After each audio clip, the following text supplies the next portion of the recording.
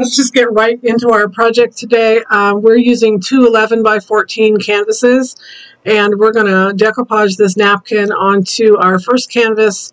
The best way to separate the top ply from the rest of the napkin is just to grab it in one corner with Scotch tape and pull. So that's what I've done here. Now I'm going to lay my napkin onto my canvas, you'll see here. And I'm just going to apply a light, thin layer of Mod Podge to start there in the beginning, right in the middle. That's called an anchor strip, and obviously what we're doing is we're working from the middle out, and that'll help us to get our napkin applied evenly across the surface of the canvas.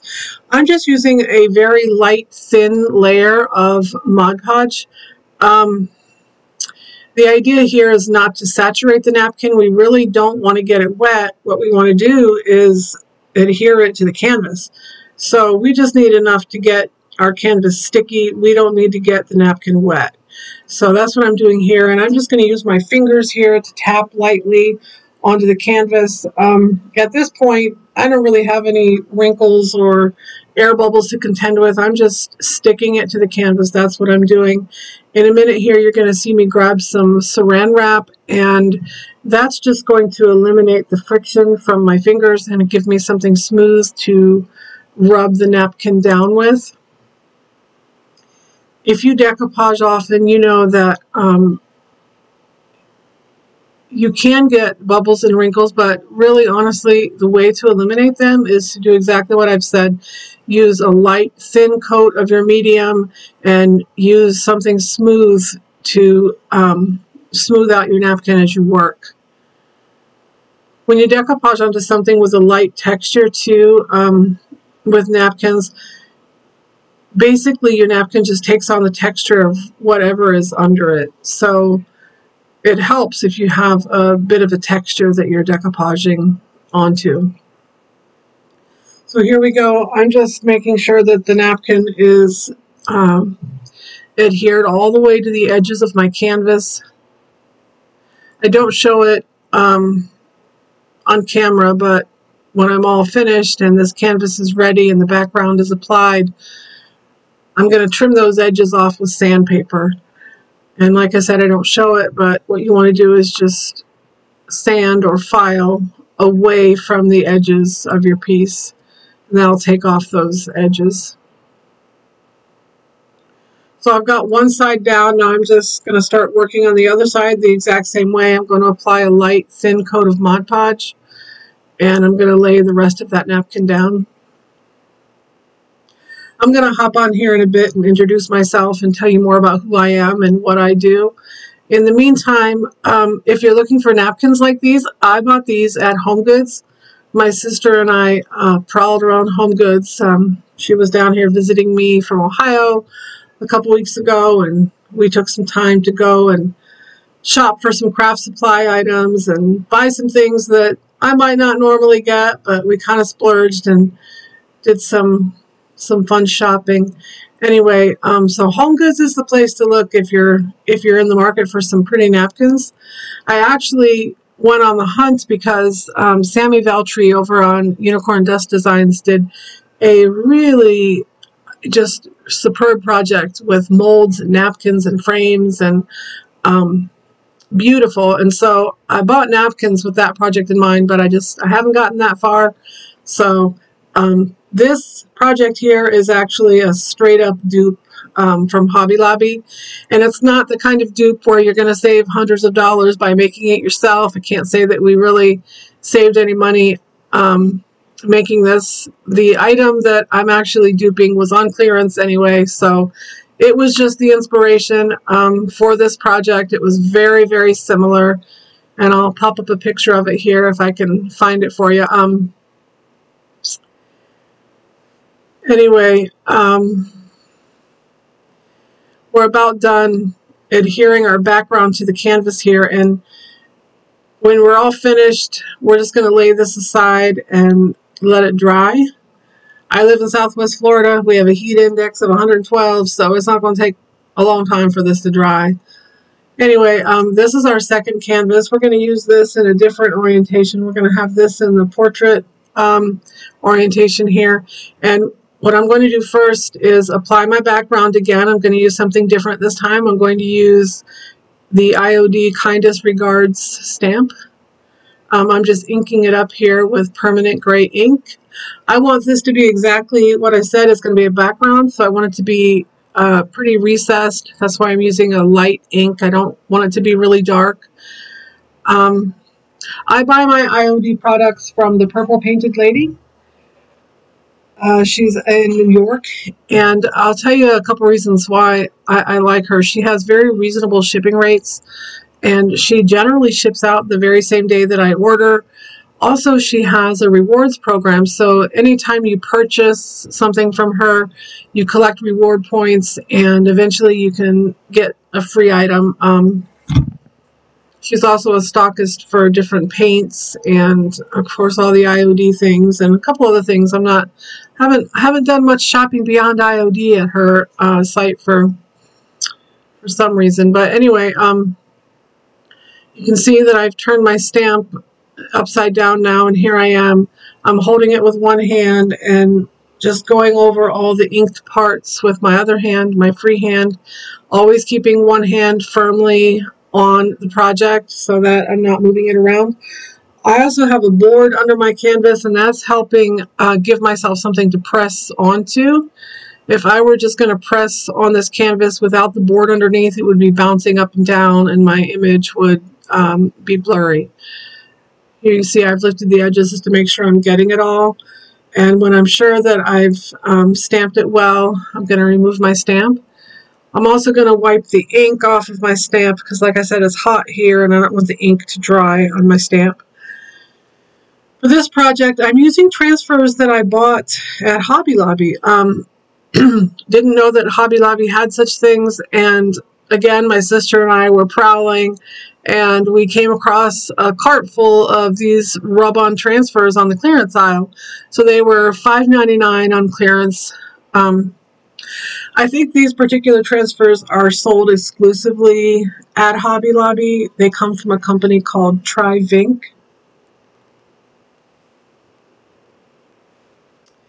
Anyway, if you've never used transfers before,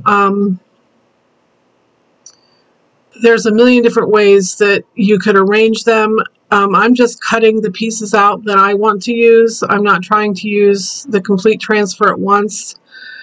So basically, you know, you can make your own vignette, which is something I love about transfers. You can layer them, you can cut them apart, you can use the different elements to create your own picture. So I'm really loving transfers. This is the very first time I've used them. I also love the fact that they are opaque, and so you really can't see through them. So creating that background really gave my picture something to anchor to. So here I am, I'm just hovering that bird over the canvas until I'm ready to start applying it. These particular transfers don't come with a transfer tool, but I had one on hand, so that's what I'm using. You can also see that I'm using the thick edge of the transfer tool. I'm not using the spatula end because that seemed to be a little flimsy and I needed to give it more elbow grease than the spatula end would allow me to do. So y'all have seen this done. I'm sure if you all watch any DIYers, you can see what I'm doing here. I'm just lifting up the carrier sheet as I go so I can keep track of where I've already rubbed and where I need to continue rubbing. You can also see that the carrier sheet changes color as the transfer is taking to the canvas. It starts out transparent and it becomes opaque as you rub and transfer your image.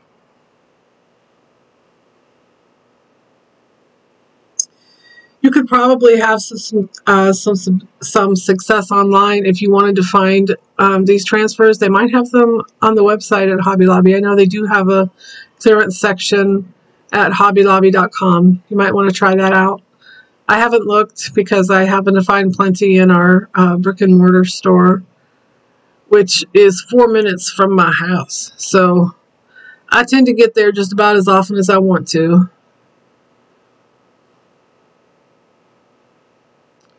So here I am just finishing up this first transfer.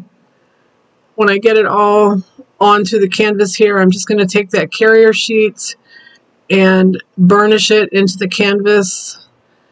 That sort of is like heat setting it. The friction from rubbing it just kind of burns it into the canvas.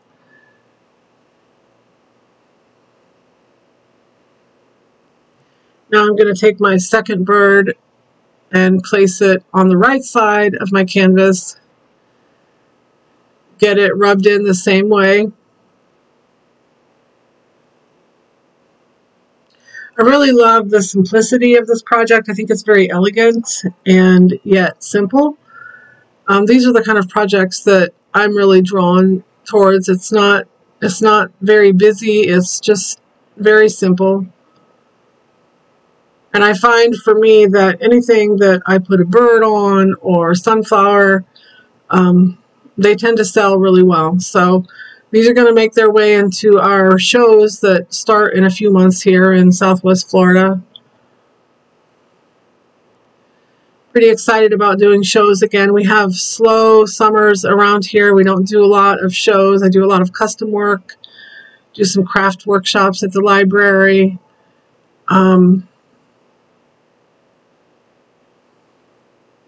Summers are pretty slow here in Southwest Florida, which is great because seasons are not. Anyway, here I am, just about done with that second bird image. Now you're going to see me add a little branch to the end of that branch there. I actually cut off a piece from another element of the transfer here because all of my artistic sensibilities were telling me that that branch is not floating in the middle of that canvas. So I use a little piece of branch to extend that all the way to the edge of the canvas because, you know, we all know there's a trunk right on the other side of that canvas that branch is attached to. So here we go. We're going to add that. And that's just sort of the details that make a piece believable. And, you know, even art that we don't create ourselves needs to be thought out and completed. So here we go, adding that little piece of branch to the end. Going to burnish that on the same way. And then I'm going to add a small cluster of flowers to the top of our canvas here.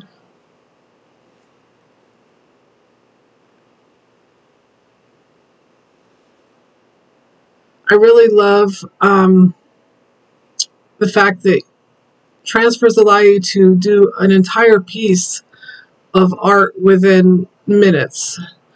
I know that I produce fine art on a regular basis and I spend months on each piece, and here I can create something that is artistic and beautiful in probably 10 minutes time. So I'm really loving that. I think I will definitely be buying more transfers and using more transfers sparingly because I do have to stay in my lane. I mean, I've created this lane for myself and that's kind of where I need to be. But I do love the option of using these seasonally and for different holidays and things like that. Anyway, so this piece is all but done. I'm going to add a frame to it at the end and you'll see that. But for now, we're going to put this one aside and... Hi, this is Jennifer. I'm the owner and artist here at the Barnyard Boutique. And I just want to introduce myself to you and welcome you to my new YouTube channel. I have a lot of exciting things I want to share with you. If you know me, you know that I've been making my way in the art world for a long time, whether it's been in the creative art of photography or portrait artistry, whatever it's been, if it's art, I'm all in and I love it. So the Barnyard Boutique has really been a marriage of all of the things that I love. fine art, photography, crafting, all the things that I love about the art world. So I want to share those things with you. I want to share the craft ideas that I have. I want to share with you our success that we've had at shows, our craft workshops, everything that we do at the Barnyard Boutique. I want to bring that to you. I also want to make my artwork available to you, my subscriber, to craft with as well. So watch for that. That's going to be coming up in the next few videos. What you see, if you want to see more content from me, I want you to hit like and subscribe to my channel. I think that you're in for a good time. You never know from week to week what we might be working on. We might be working on fine art. We might be working on power carving. We might be working on wood burning. All of these things behind me are things that we've done in our workshop. I know we don't have the best setup here right now, but we will be showing you things as we go that we've created. Anyway, so if you stick around to the end of the video, I have a preview of what we're going to be working on next time at Crafting in Carrollville. So stick around. I hope that you'll like and subscribe. There's going to be a lot of links in the description box below. For our Facebook store, for some resources that you can grab onto for a discount of some things that I've used in the video. Anyway, stick around. I'm glad you came. I hope start working on our first canvas again. Here we are. The first layer of Mod Podge is all dry, and now I'm just adding a top coat of Mod Podge. This is doing a couple things. It's sealing the surface for me so I can add a transfer. I had never worked with transfers before, so I didn't know if the carrier sheet was going to be tacky enough to pull that napkin up or how it would act. So I am applying this sealer to the top. And again, I'm not trying to saturate the napkin. I'm not trying to get it wet. I'm just adding a top coat. That's all I'm doing.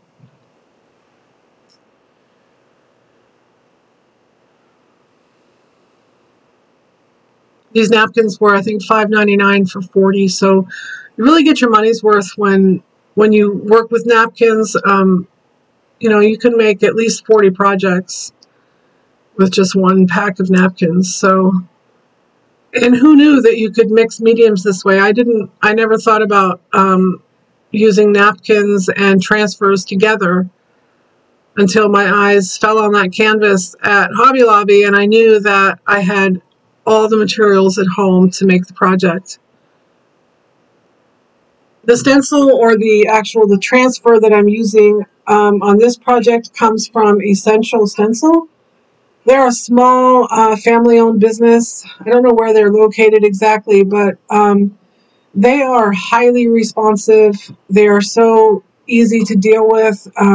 They are very eager, and they offer great discounts. So I do have a 10% off code in the description box below. You can use the code BarnyardBoutique10 to get 10% off your purchase. There's also a link for, I believe, a $10 off coupon your first purchase. So if you wanted to buy those particular sunflower transfers, I think they would be, I think I paid around $13 for my first package of them. And they do come with 2 pages, which is plenty. I had already used all the clusters or vignettes of flowers on my 2 pages of transfers. So at this point, I'm making my own little cluster of flowers. And you can see that I'm just cutting apart 3 elements of this transfer to make one cluster of flowers. And the reason I cut the head off that flower is I wanted the leaves to sort of be tucked behind the big flower, but I wanted the actual head of the small flower to be in front. So here I am. I cut them apart so that I could apply them separately. I needed to apply the leaves first because my intention was for them to be behind the big sunflower. So There you go. That was my thinking there, which is something else I love about transfers is that you can really add your own artistic flair to these things. You know, you don't have to use them as they're packaged or as they're pictured. You can use your own artistic eye to decide how they need to be on your piece. And that's what I'm doing here. And I'm just rubbing them on the exact same way. The napkin, I think sealing the napkin was definitely the way to go. I think it provided a little bit of tack for my transfer to stick to, and it didn't lift up the napkin at all or tear it. So if you're going to transfer on top of a napkin, I would definitely recommend sealing it first.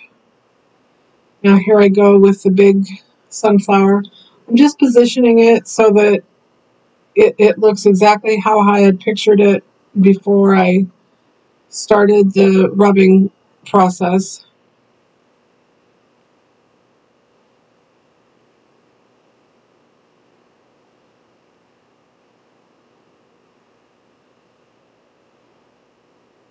I really love the way that those contrasting colors play off of each other.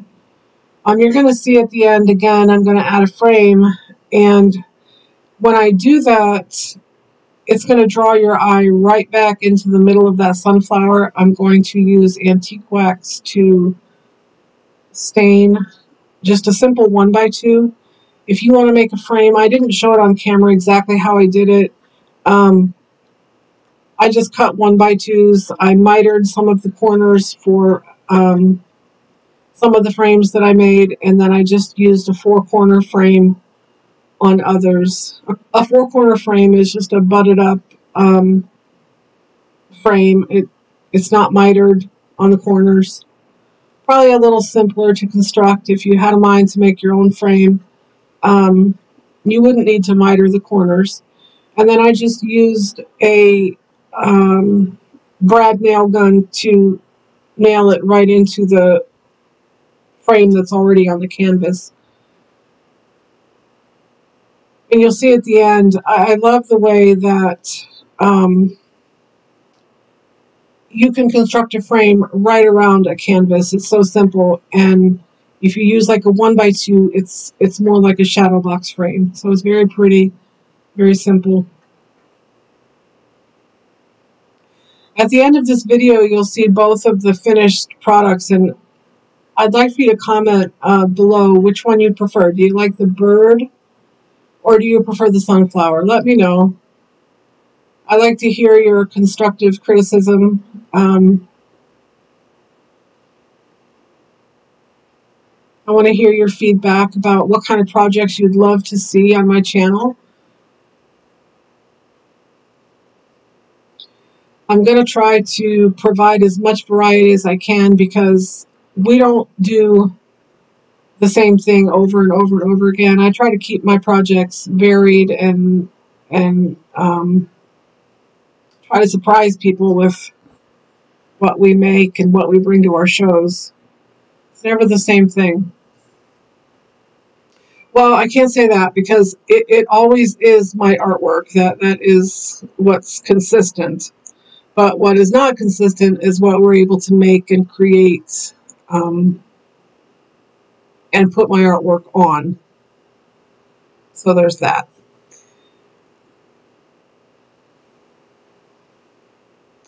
I recently bought something on Amazon that I'm anxious to try. It's a paper that supposedly allows you to make your own rub-on transfers. I think it's called Ink Cow or something like that. I'm going to try it here in the next few weeks. It's on my list of things to do.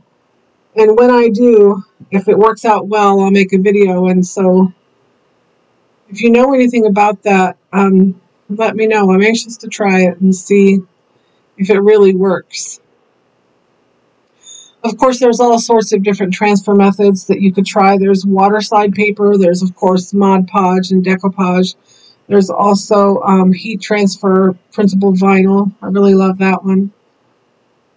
You can also print right onto fabric if you pre-treat your fabric. There's a medium that allows you to do that. There's a lot of different things that I'm going to try to bring to this DIY channel. I think that we could all learn a lot from each other. So there I am using that carrier sheet again to burnish that image into the canvas. Now here's my last little flower.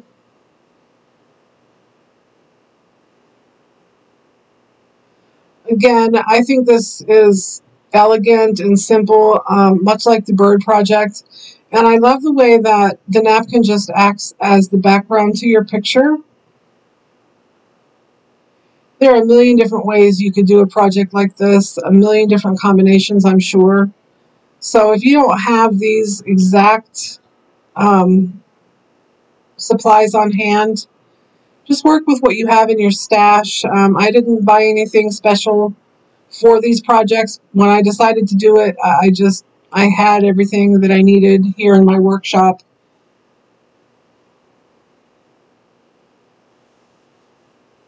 And Lord knows, I'll say this, collecting craft supplies and actually crafting are two entirely separate hobbies.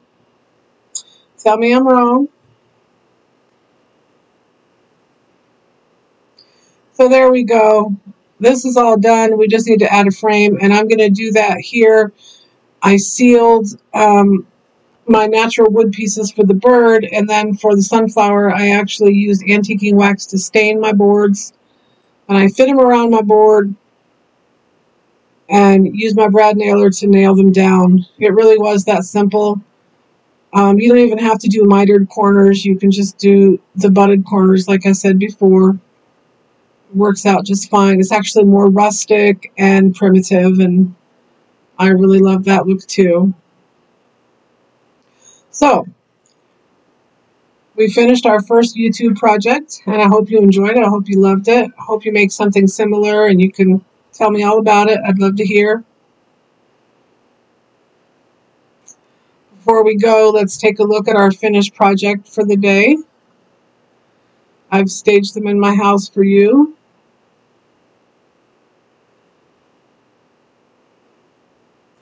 And I hope to see you next time. Until then, have a great week.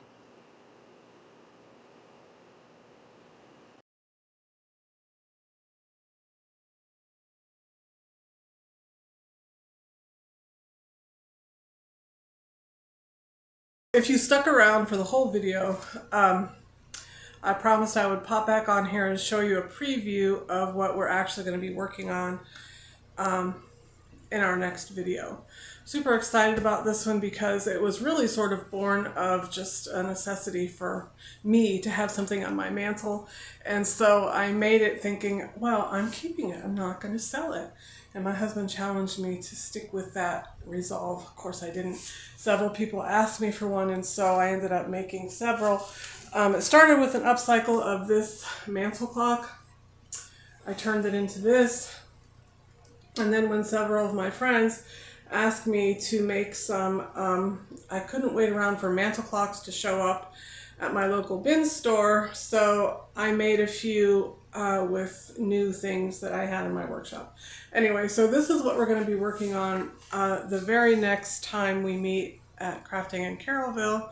And so I hope that, again, you'll hit the like and subscribe button. Tell me what you thought about today's crafts and if you'll be making them yourself.